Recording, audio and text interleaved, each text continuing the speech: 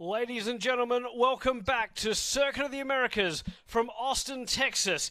This is round 5, the penultimate round of the Blue Marble Radical Cup North America Series. It's time for race 13 of 18 of the championship. The cars rolling out behind the pace car, and plenty of action has unfolded already today. The Porsche Sprint Challenge Series, the USF programs as well, providing a lot of action for a few fans around the racetrack. Of course, this is a big weekend for USAC Racing, and it's about to get bigger with race 13 of the Blue Marble Radical Cup. And as the drivers trundle around, we'll take you through the lineup. Starting right at the back in his very first race is Ralph Ludwig from Apex Country Club. He will start from row 11. On row 10, Ben Blander, who was a little bit unfortunate in qualifying, didn't find the pace that he'd expect. He'll start alongside Seth Bacon, one of the contenders for the championship. Ken Savage, who leads the Pro 1340 class at the moment, will start in 18th, alongside Jace Bacon, one of his big rivals. But taking the glory and the Motul Pole Award was Chris McMurray in the 200 machine, who'll start from 16th on the grid. Alongside him will be Arul Venkatesh in one of the brand new SR3 XXRs. Then we're in row 7, and Jack Yang will start alongside a Pro 1500 rival in Austin Riley. Of course, our reigning Blue Marble Radical Cup North America champion after taking the overall and Pro 1340 championships last year. He stepped up to the 1500s, and he was just returned from the UK, where he competed in the Haggerty Radical Cup United Kingdom Series and finished 10th on his debut there. On row 6, it's Scott Wagner, the last, if you like, of the Platinum class cars, but look out for number 8 from the hometown team of Esses Racing. He'll start alongside Will Lynn, who's had an impressive performance in his return to Radical Cup racing. Then in row 5, it's Wayne Williams, the other Esses car, and he comes off the back of a few podium finishes at Toronto. Start alongside a fellow Canadian in Robert Soroka, who was 4th quickest in Pro 1500. Then we're at Greg Gorski from row 4. And Greg will start alongside Jim Booth, who's had a pretty stellar weekend in Platinum. Gorski 3rd fastest in Pro 1500. Booth 5th fastest in the Platinum class. Nick Persing, one of our outright championship contenders, will start from row 3 alongside Jason Plocky. Then it's Danny Jashelski, who was on pole for Pro 1500. On row 2, Louis Schreiber could only be 3rd fastest. Elaine Dursey will start alongside John Field on the front row of the grid. And here they are now. John Field bringing around the field relatively slow as they enter the approach into the final corner. Side by side, a strong formation. Few cars down, the heat taking its toll on some of the drivers. Plenty of strong and fierce contenders, though, for the championships, and it's very slow as we go into the front straight and await the green flag.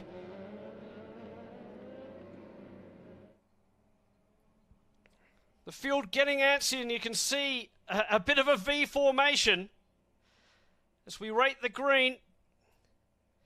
John Field still leading them slowly around. And here we go. John Field's taken the green flag. He's got a great jump over Elaine Dursey, with Louis Schreiber looking like he'll jump into 2nd position. Dursey tries to go around the outside. Further back, everyone getting through unscathed. Looks like one of the cars there, that's Arul Venkatesh, using plenty of track on the exit of turn 1. But a good clean start for the Blue Marble Radical Cup. And we're away racing under green conditions. Oh, and we've had a spin. So Cursor, the commentator, Will Lynn, has a moment there. It appeared like that might have been all by himself. And he does keep going. So the 66 machine of Will Lynn for One Motorsports has a moment First time through the S's. But look at John Field out in the lead. And Louis Schreiber defending hard from Lane Dursey, who out-qualified Schreiber in the 1-1-1. Schreiber thought he had his match, but Dursey's through and Schreiber's outbraked himself. Down into the corner before the long back straightaway here. So turn 11. Proving difficult for Schreiber. He seemed to have struggled under brakes all weekend long. Plotke has capitalised as well. Now Plotke has a look on Dursey and dives to the inside. Down into 12 on the hairpin. And Dursey has to relinquish the space. Plotke is certainly using all of his muscle. The drivers have been told they can use a little bit more track here than usual. Dursey with a big moment on the exit. And Plotke has a look down the inside. This will give perhaps an opportunity to Louis Schreiber. And meanwhile, Dashelsky, who's in the lead of the Pro 1500s, says, thank you very much. I'll jump onto the back of this Platinum class train and look at Dashelsky close in as they come around the sweeper. But it's all John Field in the Platinum class and out in front. Dursey with plenty of room. Plotke's off the track, and the first time by, he might get away with that one. And Dashelsky using plenty of track as well as they entered turn 20, the final corner here at COTA. We'll try and pick up some of the other contenders in classes. We're interested to see what's happening in Pro 1340, and it does appear that Chris McMurray in the 200 machine is still in front of that. There's Persing now in the 19, and he's got Greg Gorski in front of him. So a disastrous start for number 19. Persing has to do everything in his power to at least get behind Dashelsky. There's only 7 points in this championship, and so far that would be 10 points in favour of Danny Dashelsky. So Persing with everything to play for, and indeed the actual lead in the championship right now. So there we had the 119 of Jason Plotke go through screen. Calmly in third place now, with Schreiber behind. So Dursey has converted his front row start into second position. A really strong performance from him on his birthday weekend. And now we're seeing Persing try and close in on a very hard-charging Greg Gorski. Gorski, though, a little too hard-charging, and he's run wide and off the track. The drivers have got to be careful, and Gorski's used that section of the racetrack to his advantage, but Persing's kept it alongside, and now it'll be Persing who has the advantage around the inside of the circuit, and he's done well. Beautiful driving from the young man from California, and a master craftsman at work. So Persing moves up into second place. So that means that there's only 2 points now separating that outright championship if they remain in order. Meanwhile, you can see Dashelsky is right over the gearbox of the 111 of Louis Schreiber. He wants to make a move. He knows his rival in the championship is right behind. And if you were in the number 19 of Nick Persing, you'd be thinking, Louis, that's all good. You can hold up my rival. Make him work for that position, because I'm coming. Speaking of coming through the field, it looks like the lights are ablaze. And indeed a pass goes through. So the Canadian, young Austin Riley, making a move on Arul Venkatesh. The lights ablaze on that beautiful Spark Power car. Ryspec Racing helping Racing with Autism to turn out that machine, and Austin Riley's found some pace. He can't get enough of it. In fact, we had a go-karting session earlier today, and Austin clearly not enough time with the helmet on, so he was over there, even with the race suit on, getting in a few more laps around this complex. And now Dashelsky's under all sorts of pressure. No, sorry, a black car and a black car. We'll try and pick up who is in front of Persing. But I think that might be...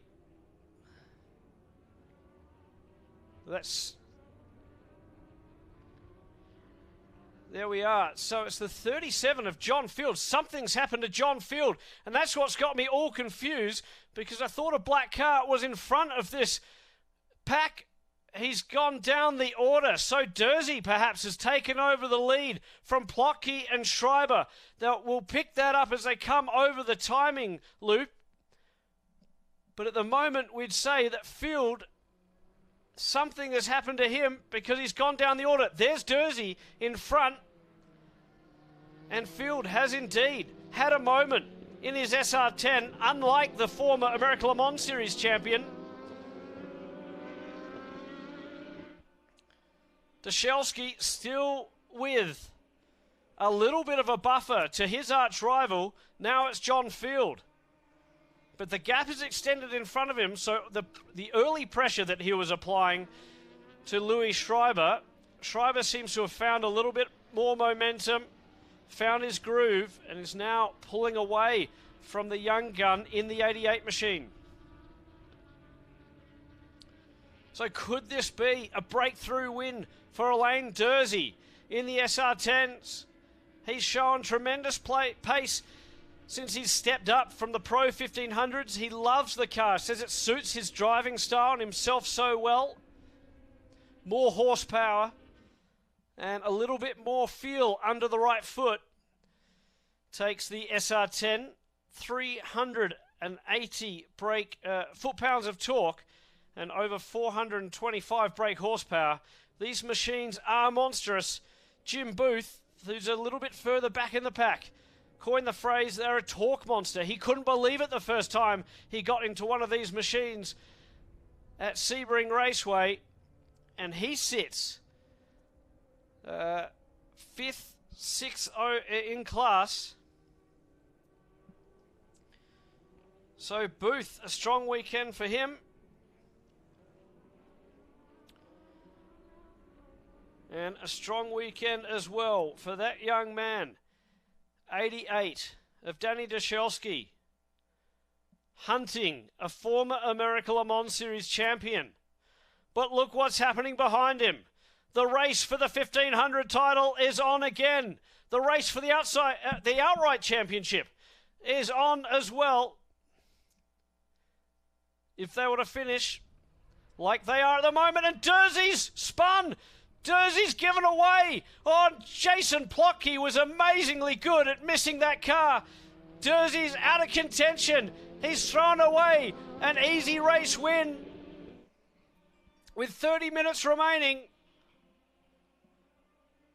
From heroes to zero, Alain Dursey tumbles down the order. So Plotke now is in the box seat. Jason Plotke from Arizona Apex Country Club. Had some experience in the Pro 1340 class. Is very, very quick on his home turf. And has come out here, found some pace in the SR10 around Circuit of the Americas. I think it's only his second time here. He's found himself in the lead of this motor race.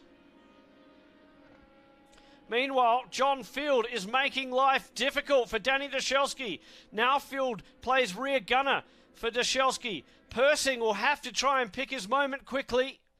But Field's going to get a run. He's going to use the horsepower of the SR10. This is multi-class racing.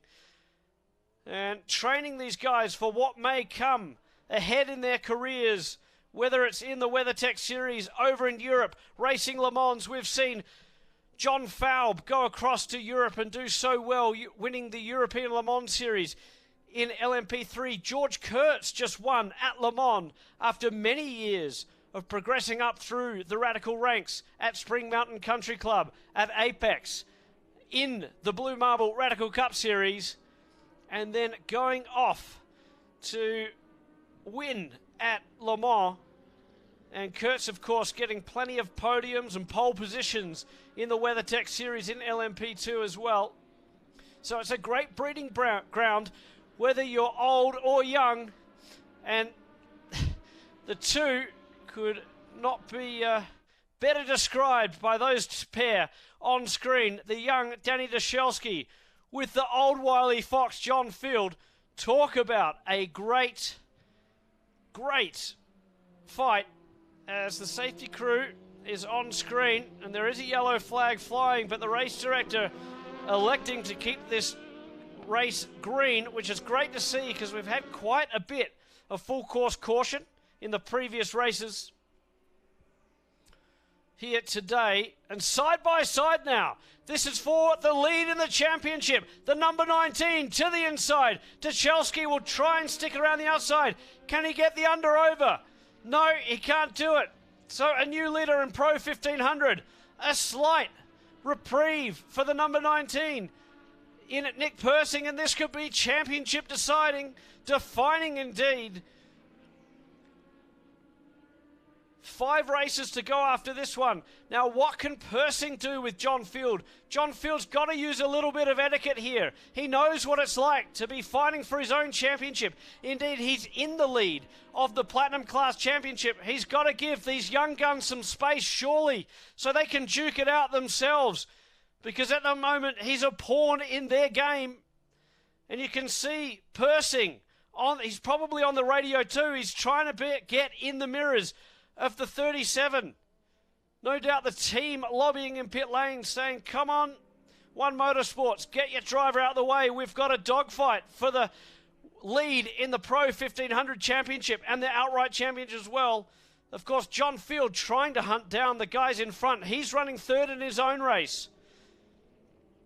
So Persing, good under brakes there compared to Dashelski, but we'll see what that's like on the exit. Quite a different technique as they head into the hairpin. And now the nimbler, lighter 1500s will start to approach the back of that slightly heavier Platinum Class car. So this is going to be a masterful race for whichever of these young guns in the Pro 1500 take the flag. Plotke still out in the lead. Louis Schreiber in second place. Field holding down third in class. And the 88 of Dashelski using all the track and more at the exit of the final corner. It's another drag race, and you can see the defending going on for the 19 of Nick Persing. Now, last time this happened, there was contact at Toronto. Oh, and a big moment under brakes as the pair go side by side. John Field sort of got in the middle of that one. Dashelski to the inside at the start of the S's, and he's back through in the lead. So 3 points separate the pair now in the championship. Dashelski in the lead of the motor race. Actually, 2 points separate them. Dashelski in the lead of the motor race, and it's going to come down to fastest laps as well. Of course, the fastest laps in this race will also dictate the starting position in race 2 here at COTA. Meanwhile, McMurray doing a solid job in Pro 1340. He still leads that one. An exceptional job. He leads with a couple of cars buffering him. Well, one indeed from Jace Bacon, and then it's back to Seth Bacon third. So Ken Savage, something's happened to him in the opening laps of this race because he's tumbled back down the order. And that's key in the championship. The two Bacons, father and son, will be pleased to see the slight demise of their rival because that'll help them in the championship.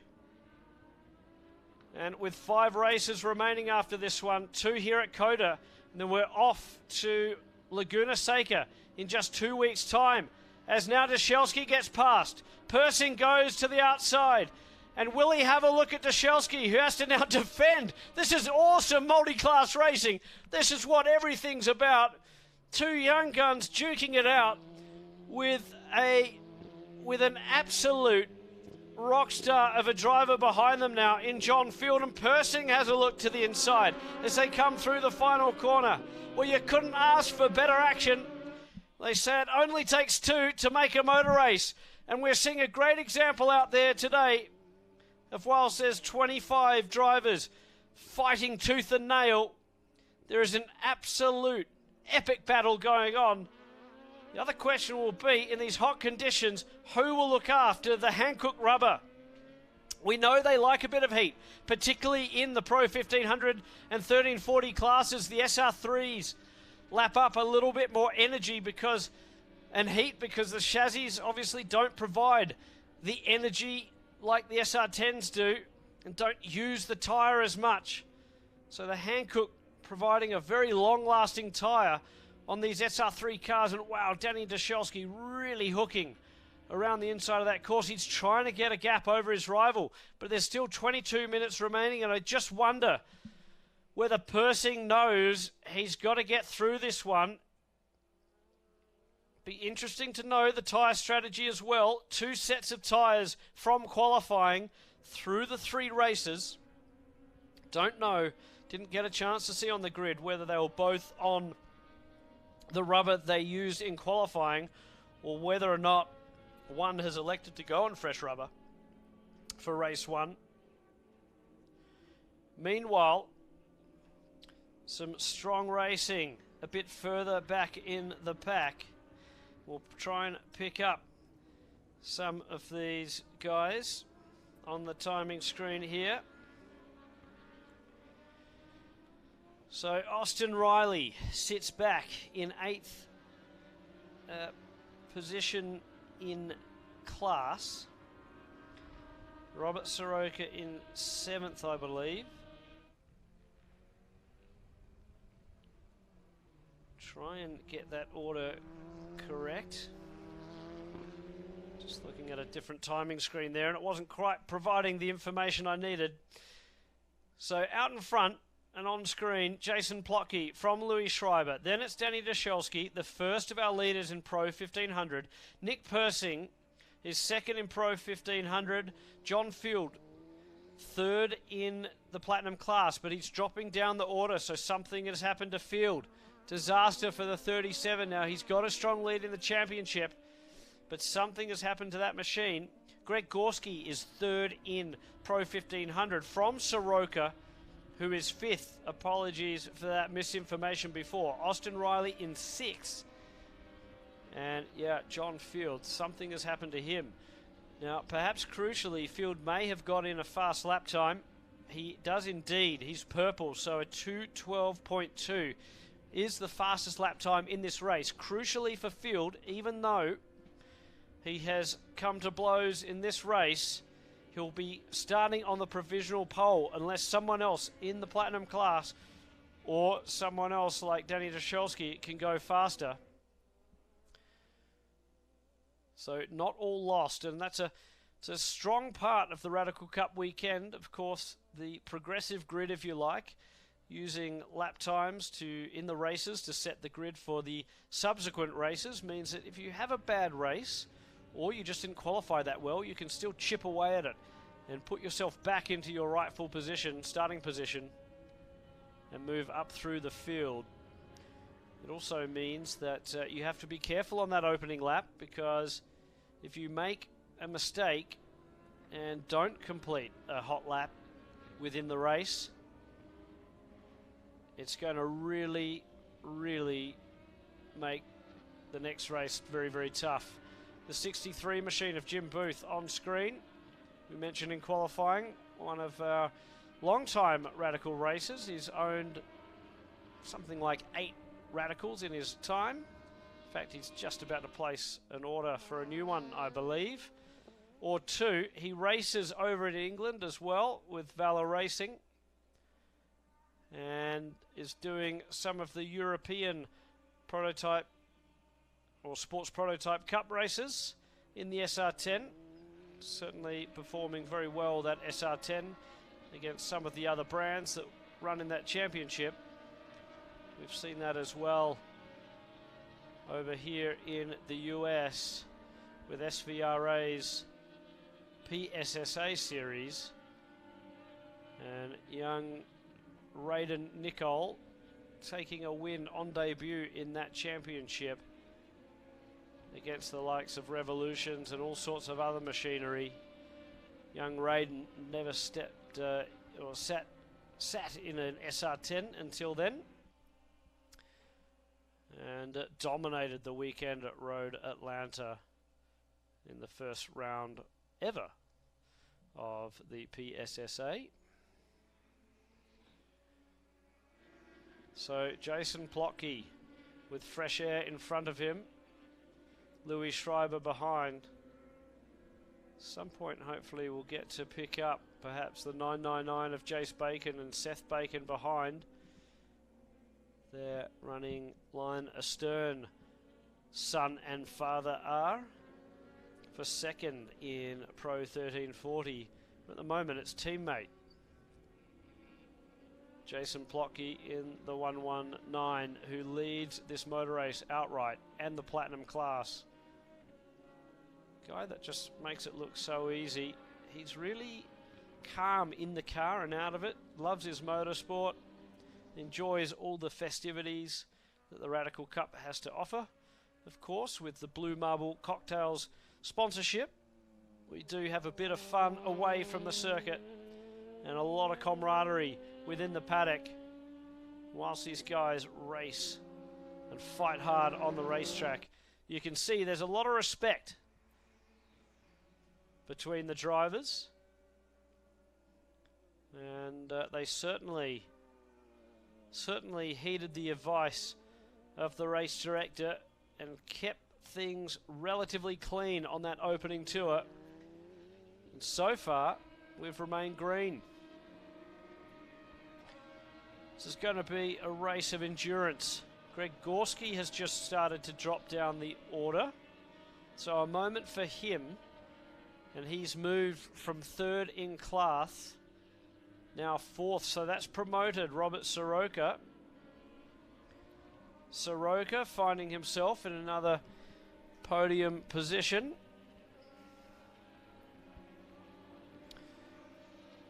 The young Canadian has really come on strong over the championship season, and he was frustrated not to get a bit more glory on the streets of Toronto in his home race.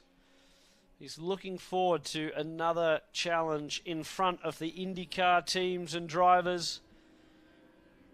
He looks to make a name for himself, and I can't think of a better place than WeatherTech Raceway Laguna Seca to wrap up what has been an outstanding season so far. And could we have yet another race winner? It just seems the competition in this field continues to rise. The drivers keep elevating each other as we've got this fantastic shot touring around Circuit of the Americas, following the race leaders. Jason Plotke with Louis Schreiber behind. Schreiber's family out here this weekend cheering on their dad and husband. And Plotke using a fair bit of track there. Looks relatively comfortable. Couple of car lengths between himself and Schreiber. The gap has also extended a little bit between Jashelski and Persing. So things have calmed down there. Crucially, Jashelski in front of Persing. Now, also interestingly enough, Jashelski taking the fastest lap of the race so far in Pro 1500. So that could be another 2 points.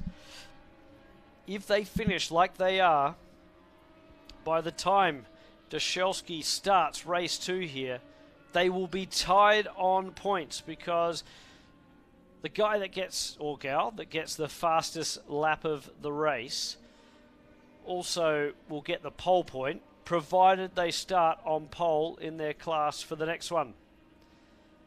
That'll be 5 points for the win, 2 points for taking fastest lap and gaining pole position for the next race.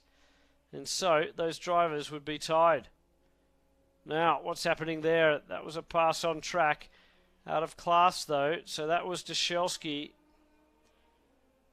making a move. on one of the Platinum Class cars.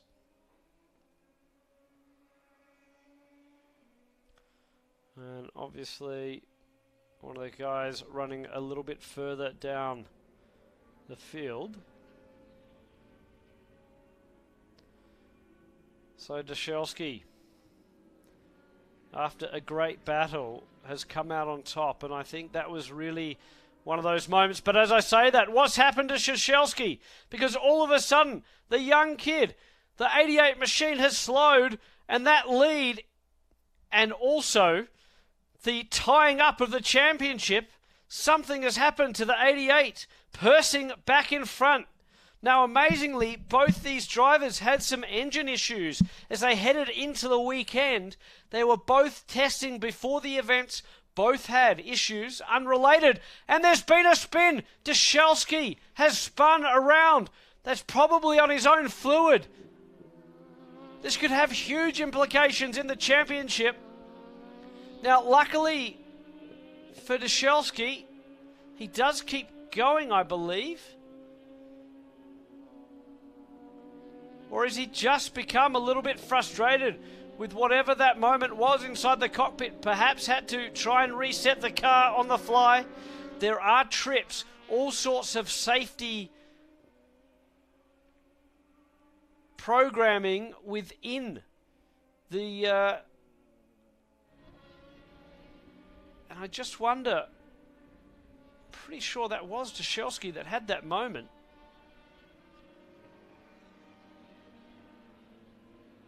But it was the 555. So there we go. All that excitement. Dushelski still in the lead of Pro 1500. It's the 555 that had that moment as the 1500s were carving up through the field. So it's a newcomer to the series in the Platinum class. And that's Ralph Ludwig, who's had that moment. My God, certainly put the heart inside my mouth because I thought we'd had a moment for one of our front runners in the championship. And thank God for that. But just a big spin all by his lonesome through the sweeper.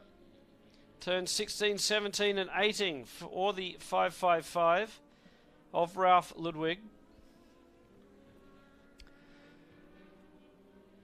So we'll look back and pick up the leaders. It's Plotke from Schreiber, Dushelski, and all his fans will be pleased to know that he's still sitting pretty in Pro 1500 from Persing. And as we mentioned, as they sit, that would tie the championship. Jim Booth runs third now in the Platinum class. And as it says on his car on the rear wing there, I'm loving it. Gentleman Jim Booth drives pretty fiercely and ferociously. It's Robert Soroka who's third in class. The 1500 class that is. Greg Gorski. An early race moment for him has dropped him to fourth in the Pro 1500s. Then it's Austin Riley from Will Lynn. Chris McMurray still leads the Pro 1340s as through screen goes car 20, young Austin Riley. With just under 10 minutes remaining, and this would be absolutely grueling for these drivers.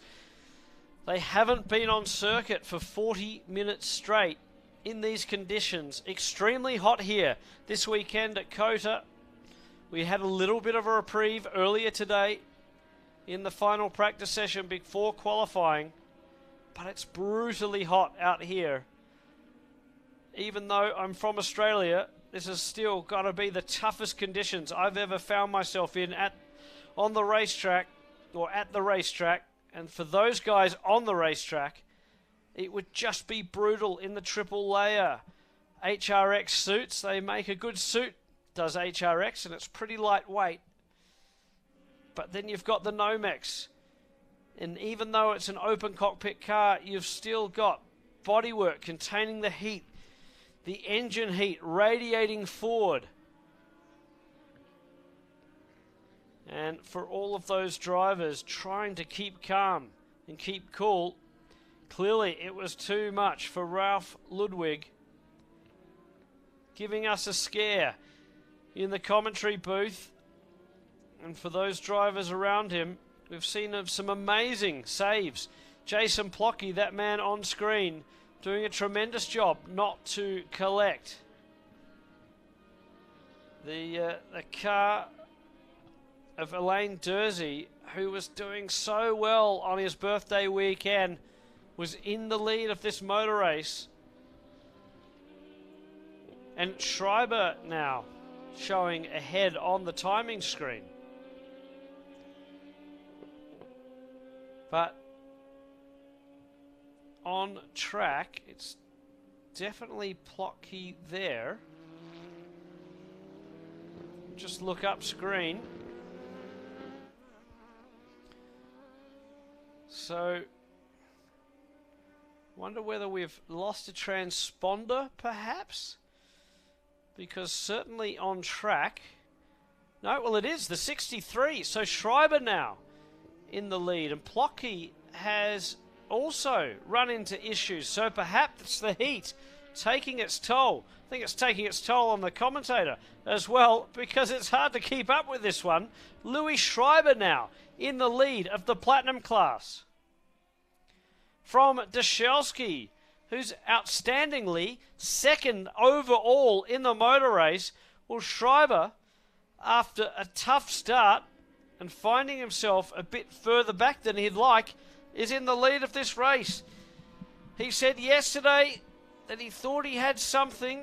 He hadn't put fresh rubber on, didn't find the pace in qualifying, and was a little bit frustrated with himself. Said he just needs to keep it calm and cool under the visor and in the cockpit. He's doing it now. Disaster has struck him here before at COTA. He had all sorts of bad luck the first year in the SR10s. A rogue stone through the front radiator. The engine did his day. Tremendous amount of frustration for Louis Schreiber that weekend. Now, COTA is about to be his best friend if he can keep it on track and keep it calm for 6 more minutes. It's about 3 more tours of this racetrack. I almost just wonder if his team would be telling him just to calm it down. Just run out the clock, mate. You don't need to do any more tours around this place than you need to.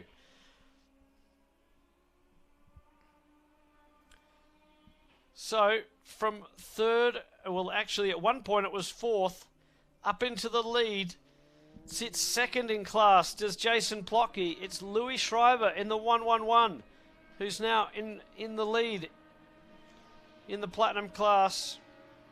And Jim Booth has now gone through again. So Plocky with some kind of issue, because Booth has now gone up to second place.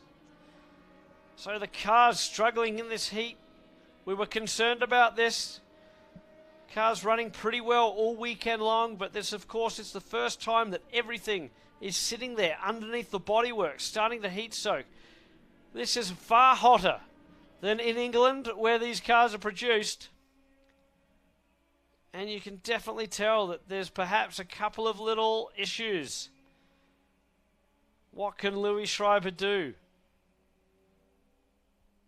With just 4 minutes and 48 seconds remaining, Persing sits second in the Pro 1500 class. So it's Dashelski from Persing, then Soroka, who's looking good for a podium. Greg Gorski, Austin Riley, Will Lynn. We're right back to Arul Venkatesh in his brand new SR3 1500 XXR. I tell you what, he's doing pretty good in the brand new equipment. It's Chris McMurray with Jace Bacon right or reasonably close behind him. And Jace Bacon's put in a strong lap. A 2:17.3. In fact, it's not quite good enough for pole position in the Pro 1340 class. McMurray's done a 2:17.1 at the moment, but it's certainly Jace Bacon's best. So as the fuel loads come down, certainly some lap time left in these cars. The white flag is out. So Louis Schreiber has taken the white flag. I'd say that's come out just a little bit early. The race, approximately 40 minutes. It'll be about 39 and change, I think, at this point in time. Louis Schreiber. Well, we mentioned he's had bad luck here at COTA. He's had some frustrations as well earlier this season. He had a huge accident last year at Watkins Glen. All of that is water under the bridge. Louis Schreiber for Rhino Racing. And he just has a moment on the curbs. Just keep it clean, Louis. To be honest, it doesn't matter if you don't win this race overall. You can leave that honour to Danny Dashelski if you like. You've just got to circulate here and think of the bigger picture, the class picture. A class win, of course, everyone wants outright honours as well. And young Danny Dashelski wouldn't mind that either. So the championship battle continues to rage. Of course, for the outright championship,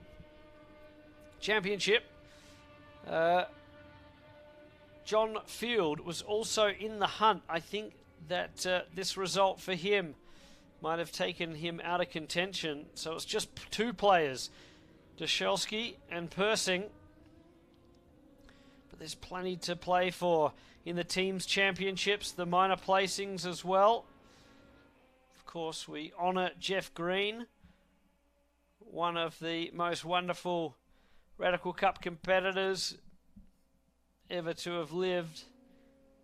And there's some big awards to be given out at the banquet at Laguna Seca in 2 weeks' time. But for now, we'll celebrate the Platinum Class winner.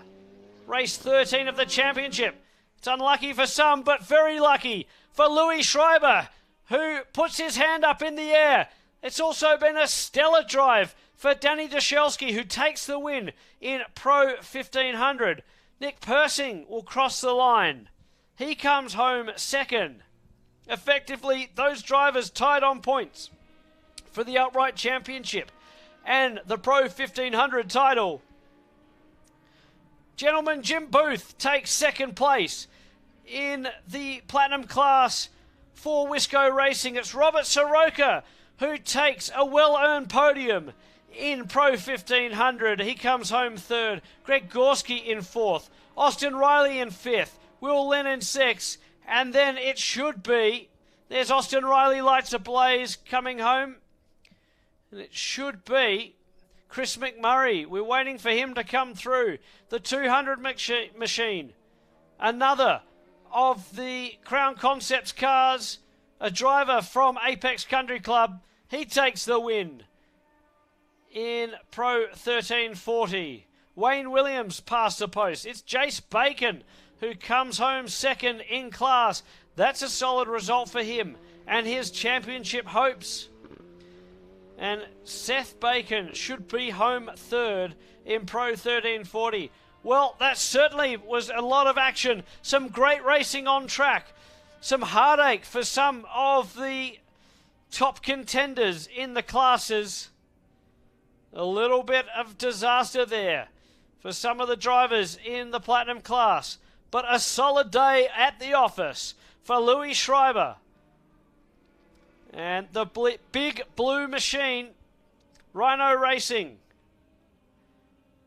And you know he'll be extremely ecstatic. If there's one guy that has emotion in this paddock, it is the 111 of Louis Schreiber.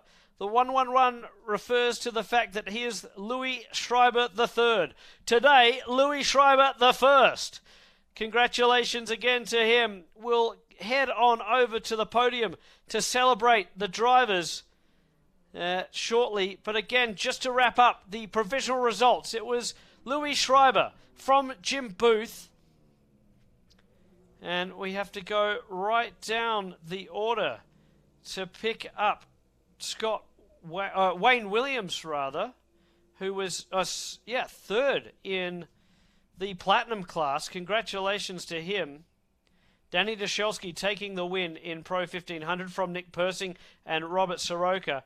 And then the provisional results. Chris McMurray taking the win in Pro 1340 from Jace Bacon and Seth Bacon rounding out the top three. That has been race 13 of the championship of the Blue Marble Radical Cup. We'll see you here again tomorrow for all those that are watching around the world. And for all of those that are at COTA, it's time to get a cold beverage, and then we'll crack open the Blue Marble and celebrate the victors here at Circuit of the Americas.